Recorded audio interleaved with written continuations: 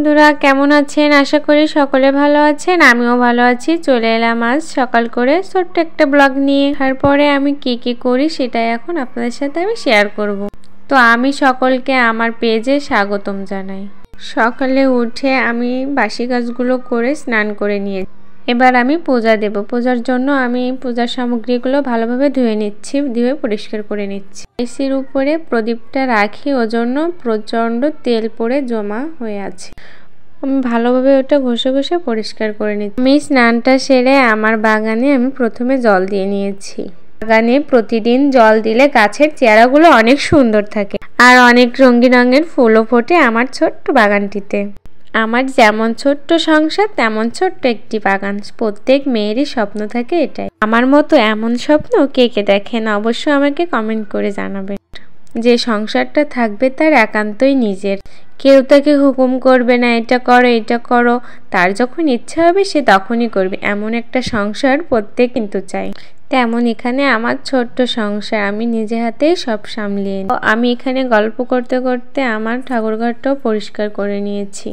আর আমি গাছের গোড়ায় আগে জল দিয়ে নিয়েছি, তাই এবার প্রণাম করে আমি তুলসী পাতাটা তুলে নিই। তুলসী পাতা তোলার সময় একটা মন্ত্র বলতে হয়, সেই মন্ত্রটা বলে আমি তুলসী পাতাটা তুলে নিলাম। কয়টা ফুলও তুলে নিলাম। আমার ছোট্ট বাগানে বেশি ফোটে না, তবু যেটুকু ফোটে সেটুকুতে আমার পূজা হয়ে যায়। আর এখানে আমি দুব্বো গাছ লাগাইছিলাম মা লক্ষ্মীর পূজা দেওয়ার জন্য। আর আমি কয়টা দুব্বো তুলে নিয়েছি আমার সোনার ছোট্ট সাজিতে। আমি আমার ছোট্ট বাগানের ছোট্ট ফুলগুলো তুলে নিই। নিজের বাগানের ফুল ছোট হোক বা বড় হোক তুলতে কিন্তু বেশি ভালো লাগে। আগে পূজা দেওয়ার সময় আমি প্রতিদিনই নিচে যেয়ে আমার ফুল আনতে হতো। মনাকে নিয়ে প্রায় দিন ফুল আনতে যাওয়া আমার সম্ভব হতো না, সেজন্য কিছু গাছ আমি আমার ব্যালকনিতে লাগিয়ে নিয়েছি। আর মা লক্ষ্মীর পূজা দেওয়ার সময় কিন্তু দুব্বাই লাগে, ওই জন্য দুব্বা ঘাসটাও আমার প্রতিনিয়তই আনতে হতো। ওই জন্য দুব্বা ঘাসগুলো আমি আমার ব্যালকনিতে লাগিয়ে নিয়েছি।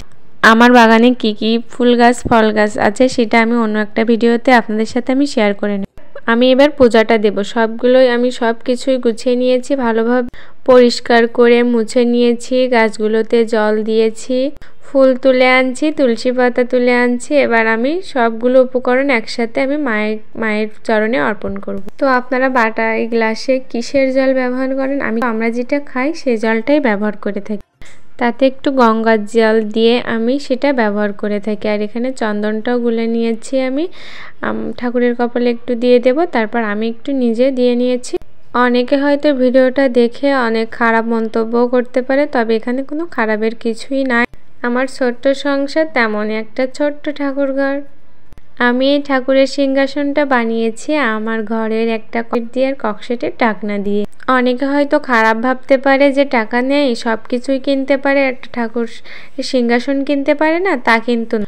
কয়েকদিনের জন্য থাকবো, ওজন্য আমি আর ঠাকুরের সিংহাসনটা আলাদাভাবে কিনি নাই। 2 দিন পরে আবার তো বাড়ি চলে যেতে হবে, সেই জন্য আমার আর ঠাকুরের সিংহাসনটা কেনাই হয়নি। আমি এভাবে একটা ককশেট দিয়ে আমি নিজে বানিয়ে নিয়েছি। তো কেমন হয়েছে আমার ছোট্ট ঠাকুরঘর অবশ্যই আপনারা কমেন্টে আমাকে জানিয়ে যাবেন। আর এখানে আমার কথা বলতে বলতে আমার ঠাকুরের পূজাটাও করা শেষ হয়ে যাচ্ছে। আর আমার পূজা করার ভিতরে যদি কোনো ভুল থেকে অবশ্যই আমাকে কমেন্টে জানাবেন আর বলে দেবেন যে এই ভুলটা হয়েছে। আমি কিন্তু সব জানি না। ভক্তি ভরে পূজা করলে মা সবার ডাক শুনে।